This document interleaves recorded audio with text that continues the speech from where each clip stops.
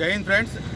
ఈరోజు మైలవరం గ్రామంలో మైలవరం మండలంలో జరిగినటువంటి ఒక సంఘటన. 32 సంవత్సరాల ఖాదర్ భాష అప్పులు తీసుకున్నాడు కొంతమంది దగ్గర. వేముల రాము, దాని తర్వాత కాట్రగడ్డ సంథింగ్ వాళ్ళ పేర్లు ఉన్నాయి. 4 మెంబర్స్ ఉన్నారు. వాళ్ళ దగ్గర నుంచి ఈయన అప్పుగా తీసుకున్నటువంటి ఏదైతే అప్పు ఉందో ఆ అప్పు తిరిగి ఇవ్వలేదు అని చెప్పేసి అతన్ని ఎంత తీవ్రంగా హింసించారంటే ఆ తీవ్రంగా హింసించిన దానికి అతను వెళ్ళి ఆత్మహత్య చేసుకోవడం జరిగింది. ఎప్పుడు ఆత్మహత్య చేసిన సెప్టెంబర్ 20th అంటే ఆదివారం రోజున అతను ఆత్మహత్య చేసుకోవడం జరిగింది. కానీ ఓన్లీ సెక్షన్ 174 ప్రకారంగా ఏదైతే ఉరి తీసుకున్నాడో దానికోసం ఆత్మహత్య గురించి మాత్రమే సిఆర్పిసి కట్టడం జరిగింది.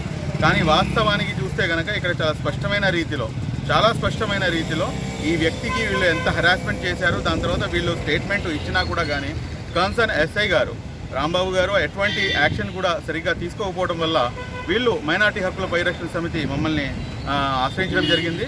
తద్వారా ఇమీడియట్గా దీనికి మీడియాకి తీసుకొచ్చి లేకపోతే దీన్ని ఒక ఇష్యూ చేయకుండా ఇమీడియట్గా ఎస్పీ గారు రవీంద్రబాబు గారి దగ్గరికి ఇష్యూని పర్స్యూ చేయడం జరిగింది. నిజంగా ఐ రియల్లీ అప్రిషియేట్ ద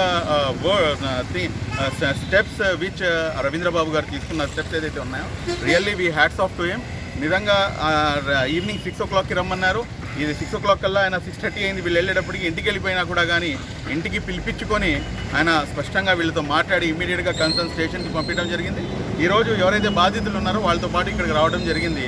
స్పష్టంగా ఏదైతే విషయం ఉందో మొత్తం విషయం కూడా ఇక్కడ కూలంకషంగా ఇక్కడ చెప్పడం జరిగింది. వాళ్ళ పేర్లు రాసి ఇచ్చినా కూడా కానీ ఆ పేర్లు తీసేయమని చెప్పేసి ఈరోజు చెప్తారు. కానీ ఇక్కడ ఒక విషయం ఏంటంటే రాజ్యాంగం అనేది, దాని తర్వాత న్యాయం అనేది అందరికీ సమానంగా ఉండాలి. ఒకవైపు నుండి నీ భర్త ముందు నేను నిన్ను రేప్ చేస్తాను అని చెప్పేసి ఒక వ్యక్తి, ఈ 4 వ్యక్తులు చెప్పిన తర్వాత భార్య స్టేట్మెంట్ ఇస్తుంటే వాళ్ళని తీసుకొచ్చి లోపల పెట్టినటువంటి మన ప్రభుత్వ యంత్రాంగము ఈరోజు ఒక బర్త్డే పార్టీ పేరుతో చేసుకుంటున్నటువంటి ఒక చిన్న బర్త్డే పార్టీని దానికి యాంటీ సోషల్ ఎలిమెంట్గా సాగు చూపించి తీసుకొచ్చి ఈరోజు స్టేషన్లో పెడుతున్నారు. న్యాయం అందరికీ సమానంగా ఉండాలి. ఈరోజు ఇంత అన్యాయం జరగడం అనేది నిజంగా ఇది క్షమించరాని నేరం. ఖచ్చితంగా రవీంద్రబాబు గారు కన్సర్న్ ఎస్ఐ గారి మీద చర్యలు తీసుకుంటారని చెప్పి భావిస్తాను. Thank you very much. జై హింద్.